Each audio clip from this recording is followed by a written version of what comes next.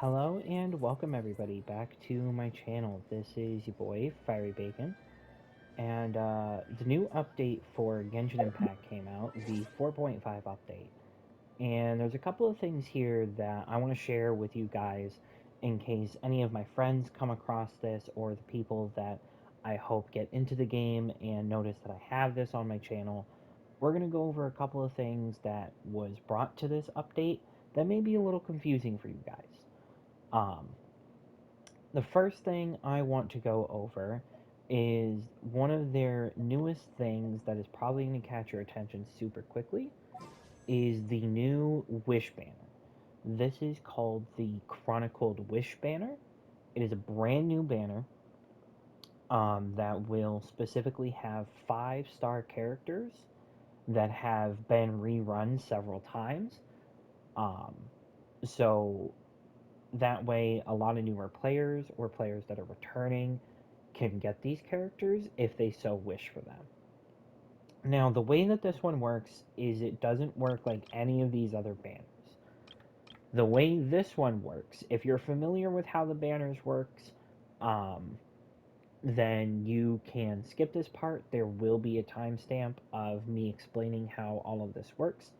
If you already know how everything works, please feel free to skip. There will be timestamps.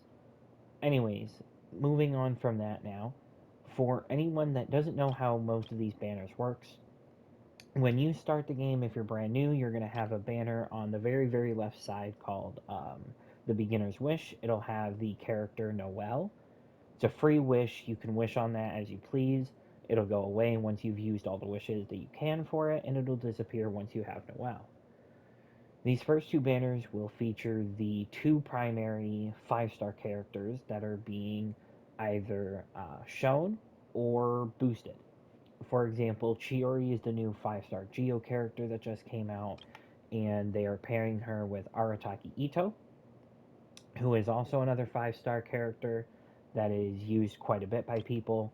Both very good characters. The other three characters that you see are Diona, Guru, and Yunjun. Those are the 4-star characters that you can earn. Upon making 10 wishes on these banners, you will receive either one 4-star or higher item, whether it be the character that you want or the weapon that you want. Now, the problem here, and this is where it gets rough, is you can earn any character or weapon from this banner with Chiori on Arataki Ito's banner, and vice versa. You can also earn the characters and weapons from the standard banner on those boosted character event wish banners. For example, catching the 5-star right there saying Driving Thunder, you can earn her while trying to go for Chiori. You can lose your what's called our 50/50s to catching. Um, you may have seen the memes of losing your 50/50 to Chi-Chi. That is because a lot of the times when people wish on these banners, they lose to Chi-Chi, as you can earn Chi-Chi on those other banners.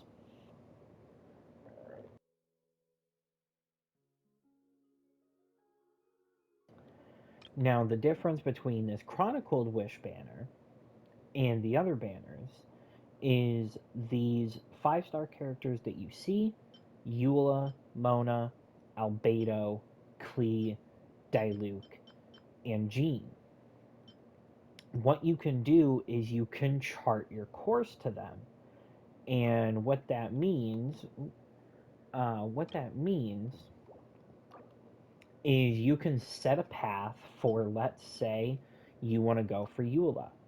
You chart your course, which means within the time that it takes you to earn a 5-star, which for this banner is a total of 90 wishes, um, you will earn a 5-star. Let's say you lose your 50/50 for Eula. You will only lose her 50/50 amongst the other characters on this banner. So if you lose your 50/50, you will only lose it to either Mona, Albedo, Klee, Diluc, or Jean. Therefore, you are guaranteed at least one of the 5 stars on this banner.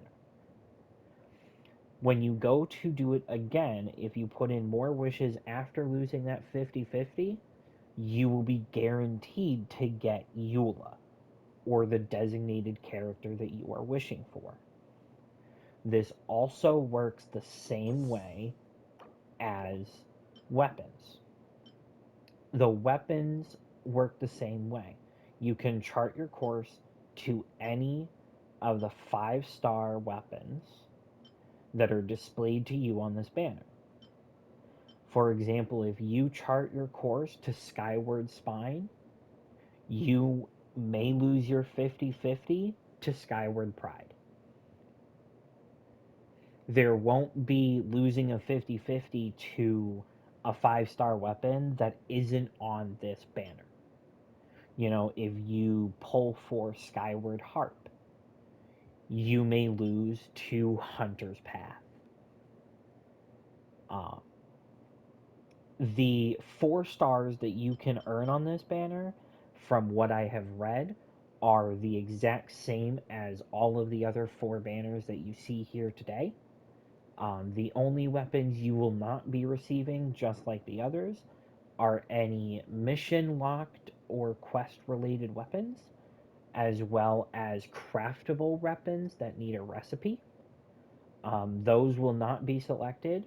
Other than that, upon your journey to get to a 5-star character or weapon, the 4 stars that you will earn will be the same pool of weapons from all of the other banners. This banner will last the same amount of time as the other banners, which kind of sucks, but for anyone that didn't necessarily know how this banner was going to work or still don't know, hopefully this helps you out. Upon finishing this now, we are going to go to the second portion of this video, and we're going to talk about the training guide. Now, for some of you who have watched me play, you can already tell that there's a difference in my party. If you hit options, we now have a tab in the second row called the training guide.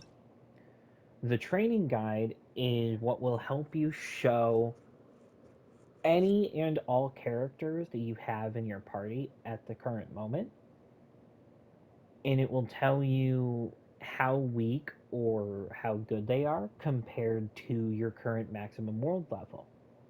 For example, my world level is currently at a 7. I lowered it to see if it would make a difference. It did not for my normal characters. I thought there would be more information on world level and how to improve it, or what to do with it, but I guess that is just more of a me thing. What it does do is it does tell you they're a bit weak, try leveling up, and you have an option here to enhance them. Now when you go to enhance, this is going to look very, very confusing, but here's why I'm here to help. As you can see, we have 4 tabs. It'll tell you your character level, the weapon, the artifacts, and the character talents. Upon reaching max level for your character, like my Lisa, it'll tell you that there is nothing more that they can tell you about leveling up your character. For the weapon, this is where it can seem, This is where it can seem very, very confusing. What I noticed is this will give you information about the weapons that you currently have at your disposable, whether you can craft it or it's just in your inventory. It will not show you weapons based off of what everybody else is using. As far as I've seen, it is going off of weapons that you can either craft or you currently have in your inventory. For example, Map of Mare, Eye of Perception, Sacrificial Fragments, the Widsith, It's all right here in this tab. Map of Mare, the Wood Cyst, and since I have the recipe, I can craft the Hakushin ring. Now, upon the weapon that you currently have equipped, it will tell you whether it's weak and why. So as you can see, the I think it's the sacrificial jade. As you can see, I currently have it level 80. It says I do not have enough materials to obtain level 90. It tells me what I need, the domain of forgery, thundercloud, altar, and it tells me the days of where I can get this resource. It also tells me the second resource that I will need and how much of it. Um, and it tells me what enemy I can get them from. It also recommends me, of course, 3 other weapons that I have that will also work for Lisa.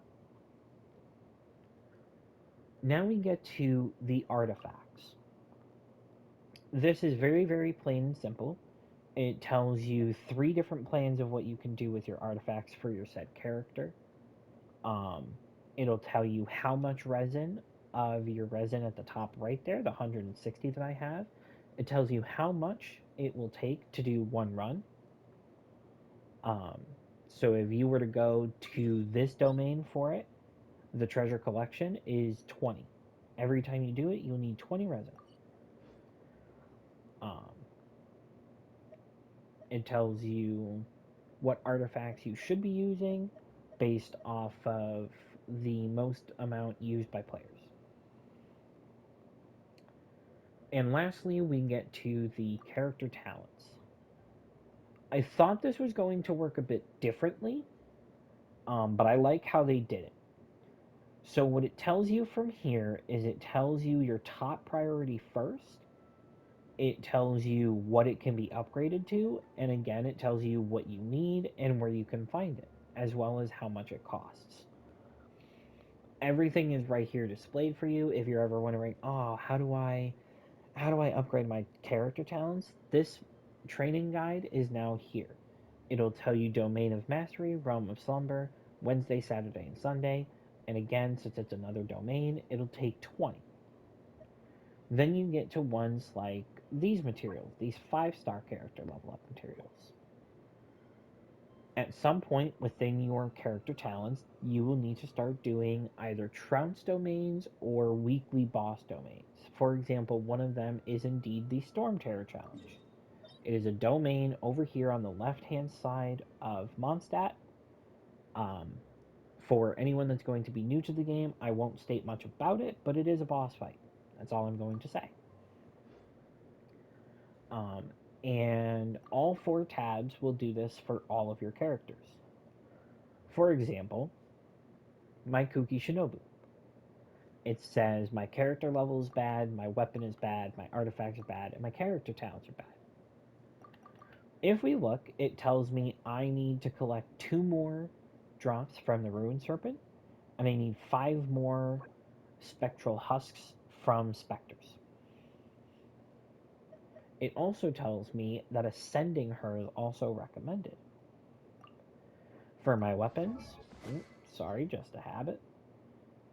For my weapons, it tells me I don't have enough materials and where I can get the materials that I need. It also tells me, again, 3 commonly used weapons that I currently have at my disposal. The Iron Sting, I can make it the Blacksmith. The Favonius Sword I have in my inventory. And the Splendor of Tranquil Waters is currently on my Furina. It also does this for every type of talent. It'll tell you this can be upgraded to a certain level. And that's going to bring us to our next point, which is indeed the thing that they've done. They've changed a little bit if you go into your character. Now, if you're a player like me that's played for some time, I have probably roughly 8 months under my belt and almost 900 hours as of this video. If you're like me, you have gotten used to going into a weapon, going to enhance it, and seeing this. This, thankfully, hasn't changed. I'm glad that they have it in the training manual to show you how to level up certain weapons. But one of the biggest things that really annoyed me as a console player is when I would go into my talents and I had to click on the talent to see what I needed. And then I had to click on this because I'm always forgetting where to go. Now, since it tells us, it'll tell us right down there on the left hand side. It'll tell you what you need right there. It makes it very easy. You can just go in, boom, boom, and boom. It tells you what you need for all three. And thankfully, if players that are new still can't get through that, that's why this training guide is here. It'll tell you all of what you need right here for you.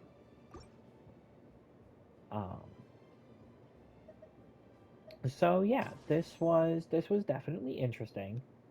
I do believe that the Chronicled Wish should last much longer.